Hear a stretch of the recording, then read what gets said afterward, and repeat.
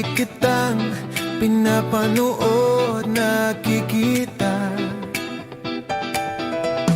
Jopay, pasensya ka na. Wala rin kasi akong makausap at kasama. Huwag ka nang mawala, huwag ka nang mawala.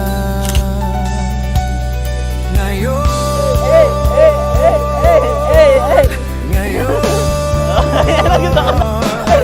dadalhin kita sa aming bahay. Di tayo mag-aaway, alis tayo sa tunay na mundo.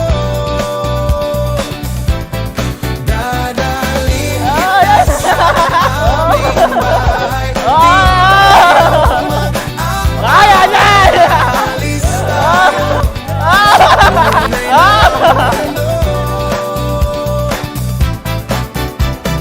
Jopay, kamusta na ba? Mabuti ka pa at palagi kang masaya. Jopay, mabuti na lang nandyan ka, di na ako mag-iisa.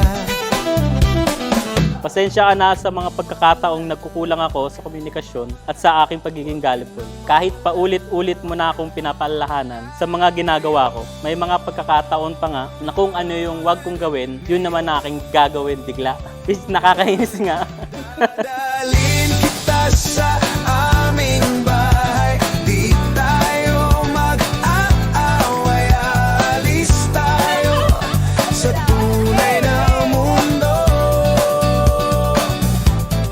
Dadalhin kita sa aming bahay. Di tayo mag-aaway, alis tayo sa tunay na mundo. Sa tunay na mundo. Sa tunay na mundo.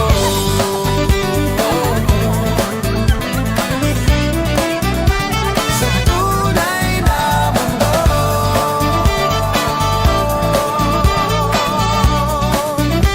Sa tunay na mundo.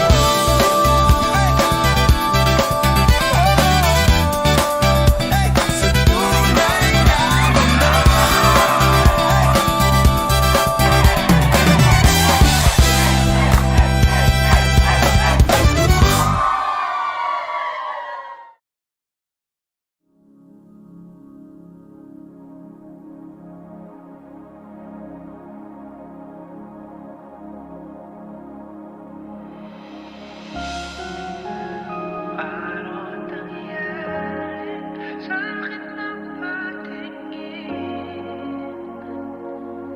Sa libo-libong mga bituin, di ko mawaring ikaw para sa'kin. Abi, Taba, mahal ko. Mula noong sinagot mo ako, araw-araw, pinapanalangin ko kay Lord na sana ikaw na makasama ko habang buhay. At heto na nga, ang dating panalangin ko ay asawa ko na ngayon. Sa 8 bilyong nakasilong, ikaw ang aking nakasalubong, ating awit. To my super Mau, hindi ko na-imagine or naisip noon na ikakasal ako.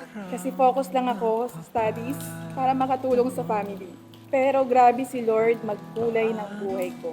Bagong partner or bastang partner, binigyan niya ako ng partner who has the same dreams, principle, and most of all, a partner who has the same faith. Paano nangyari sa akin ang patingin?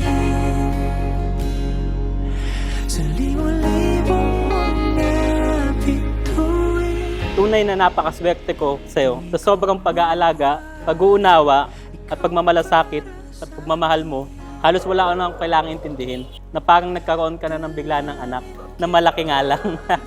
Kaya nga ikaw yung super mau ko. Thank you kapag kasi may problem ako o kaya meron akong kailangang i-resolve, sasabihin ko lang sa'yo, bigla nang magagawa ng paraan or naaalala ko na bigla yung solusyon. Sobrang nagpapasalamat ako kay Lord dahil we share the same values. Yun ay ang tumulong at uunahin ng iba kaysa sa sarili. Ang sarap sa pakiramdam na araw-araw tayong grateful sa lahat ng bagay. Nandito lang ako lagi for you. Lagi lang natin tandaan yung mga napagdaanan natin dati. Sa dulo'y ating tagpuan.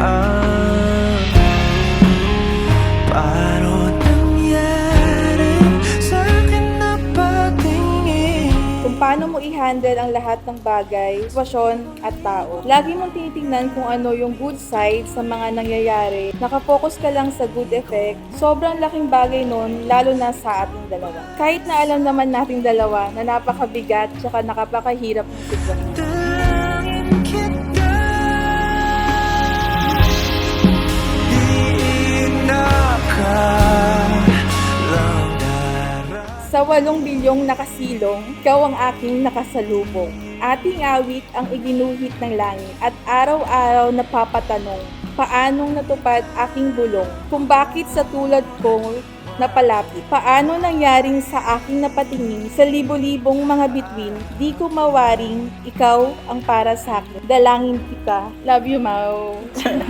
Paano nangyari sa akin na patingin sa libo-libong mga bituin? Di ko mawari ikaw para sa'kin. Dalangin kita.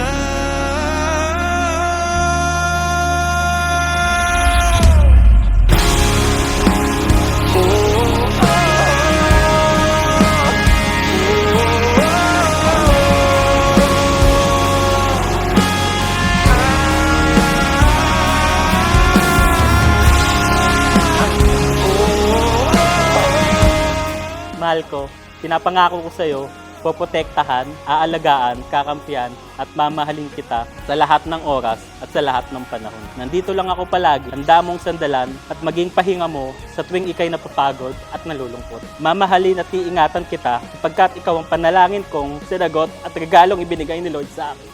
Naway sa bagong yugto ng ating kwento, babaunin natin ang masiglang puso, walang hanggang lakas, wagas na pagmamahalan at malalim na pag-unawa sa isa't isa. Abigail or Brand Francisco, mahal na mahal kita.